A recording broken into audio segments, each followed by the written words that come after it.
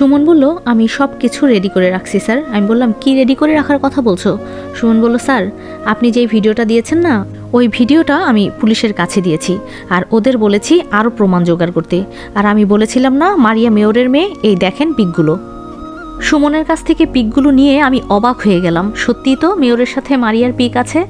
মারিয়াকে এতটা নিষ্পাপ মনে হয়েছিল, কিন্তু ওর ভেতরে যে এত প্যাস আমি বুঝতে পারিনি। সুমন বলল, সুমাইয়া ম্যাম কালকে এই জায়গায় জনগণের উদ্দেশ্যে ভাষণ দেবে। আমার মনে হচ্ছে কালকে কিছু একটা হতে পারে। আমি বললাম, হবে মানে? আমি কালকে সব কিছুর শেষ দেখতে চাই, আর এর শেষ আমি কালকেই দেখব। তুমি আবার আমার লোকদের বলো তৈরি হতে, জীবনের শেষ একটা মিশন, আর এই পথে ভবিষ্যতে আমি কিংবা আর তোমাদের কাউকে যেতে দেব না। সুমন বলল, বুঝতে পারছি, তবে কি করবেন বলেন, আমি সব কিছু রেডি করছি। সুমন চলে যাওয়ার পর বসে বসে চিন্তা করছি, সুমাইয়াকে খুব দেখতে ইচ্ছা করছে। যত যাই হোক, ও তো আমার প্রথম ভালোবাসা। ইসি বলল, ভাইয়া কি করিস? আমি বললাম, এই তো বসে আছি। ইসি বলল, মিতু কি বললো শুনলি?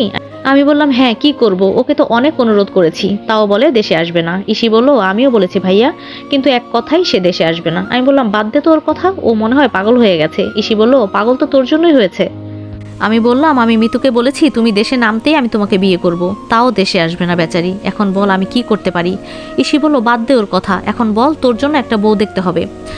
আমি বললাম, আমার বোন তো খুব বড় হয়ে গেছে দেখছি, ভাইয়ের জন্য বউ দেখতে বলে। ইসি বলল, যা ভাইয়া কি যে বলিস না, আমার তো এখন বিয়ে হয়ে গেছে, আমি কি আর ছোট আছি নাকি? আমি বললাম, তুই হচ্ছিস আমার কাছে সেই পিচ্চি একটা মেয়ে।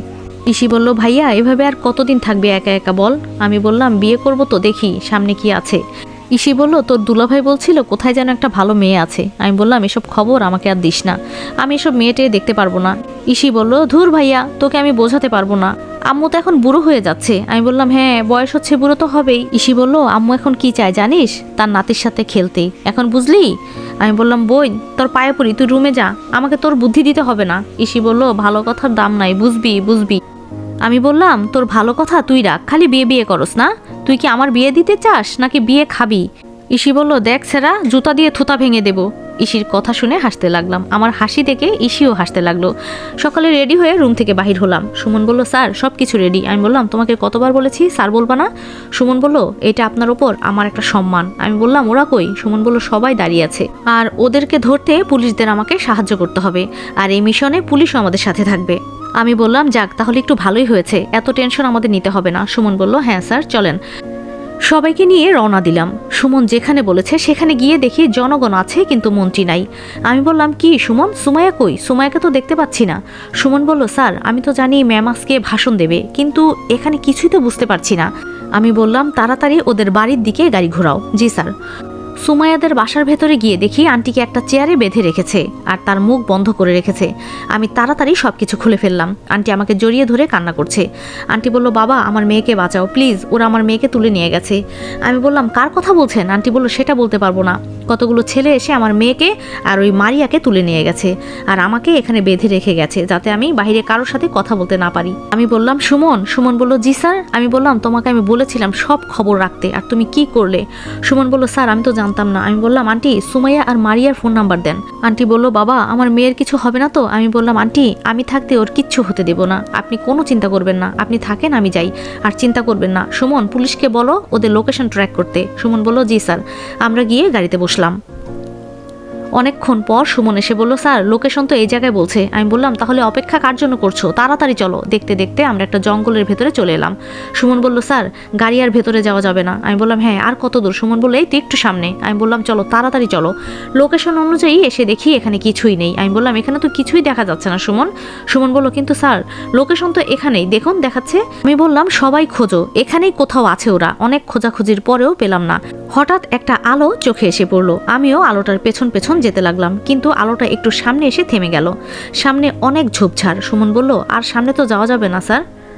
আমি বললাম, সামনের ওগুলো একটু হালকা করে সরাও তো, আমার মনে হচ্ছে এখানে কিছু আছে। সুমন আমার কথা মতো সামনে হালকা হাত দিতেই সুমন বলল, স্যার দেখেন দেখেন, এখানে তো সামনে যাওয়ার রাস্তা। আমি বললাম, আমাদের দেরি করা ঠিক হবে না। আমি রাস্তা দিয়ে ঢুকে দৌড়াতে লাগলাম। সামনে একটা বিশাল বাড়ি দেখতে পেলাম। সুমন বলল, স্যার আমরা কি আক্রমণ করে ফেলবো? আমি বললাম, আমার এখানে লোক অনেক কম, আমাদের তুলনায় মনে হচ্ছে ওদের লোক অনেক বেশি, তুমি পুলিশকে আসতে বলো। সুমন বলল, স্যার পুলিশ আসছে তো। আমি বললাম, আমি ভেতরে যাচ্ছি, ভেতরে সব কিছু বুঝে যখন বলবো হব আমি অ্যাটাক করতে, ঠিক তখন অ্যাটাক করবে।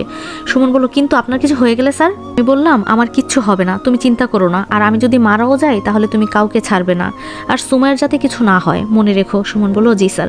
আমি বললাম তোমরা সবাই লুকিয়ে পড়ো, আমি ভেতরে গেলে হয়তো ওরা তোমাকে খুঁজতে পারে, আর আমার সাথে ক্যামেরা আছে, চিন্তা করো না। আমি দরজা খুলে ভেতরে গেলাম, দেখি সুমাইয়ের মুখ দিয়ে রক্ত পড়ছে, আর মারিয়ার হাতে একটা রড, আর তার বাবা ভাই পাশে দাঁড়িয়ে আছে।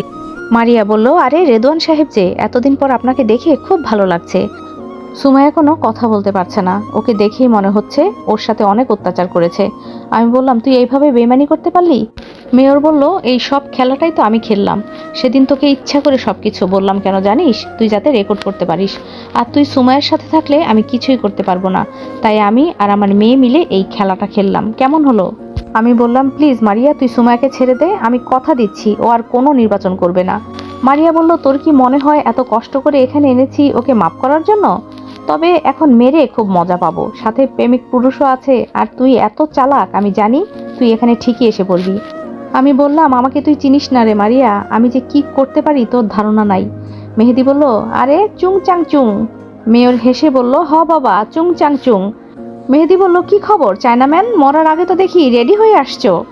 আমি বললাম প্লিজ তোমরা সুমাইয়াকে ছেড়ে দাও, যা করার আমার সাথে করো। মেয়র বলল তোর জন্য শুধু এই মেয়েকে মারতে পারি নাই, নইলে অনেক আগেই মেরে ফেলতাম, আজকে দেখ তোর চোখের সামনে এই মেয়েকে মারবো। আমি কোনোদিন চাই নেই আমার জন্য কাউকে অপরাধী করতে, সব সময় চাই পারলে আমি মারা যাই, তাও অন্য কারো ওপরে যেন কোনো দোষ না চাপে, আর আমার লোকদের ওপরেও না, আমার জন্য ওরা দোষী হবে এটা আমি কখনোই চাই না।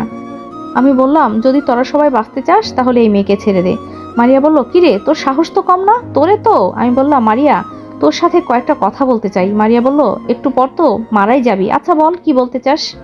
আমি বললাম সুমাইয়ের সাথে তো তুই অনেক দিন কাজ করলি, কিন্তু ওর ওপর কি তোর একটুও মায়া লাগলো না? মারিয়া বলল আমার ভেতরে শুধু বাবার দেওয়া রাগ আছে, আর কিছুই নাই।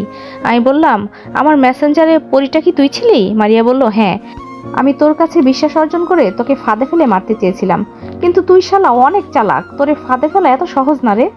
আমি বললাম তুই যে কত বড় নিমকহারাম তা আমি এখন বুঝতে পারছি, এত বিশ্বাস করতাম তোরে আমি, আর তুই।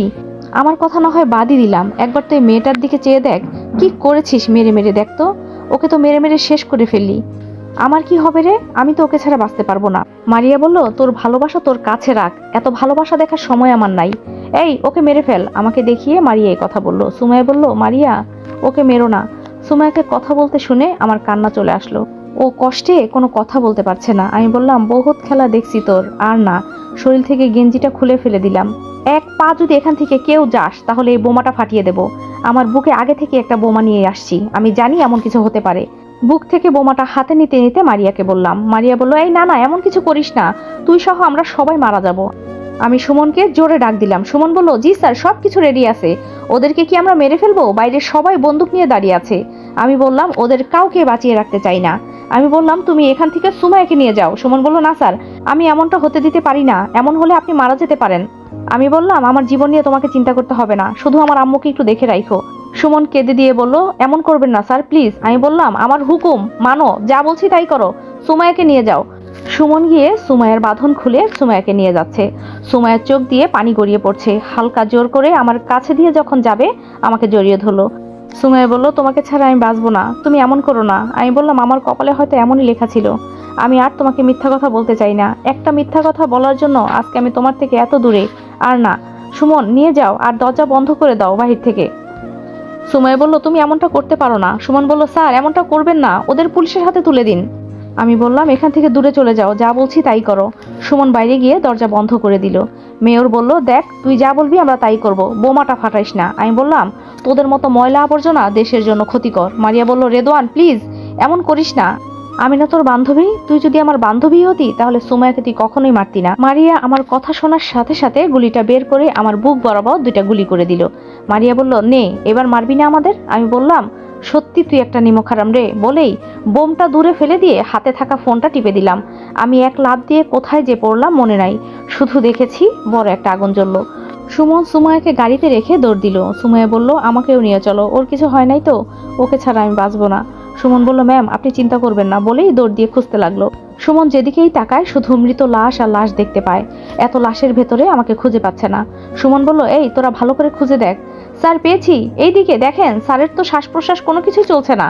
সুমন আমার মুখে হাত দিয়ে দেখে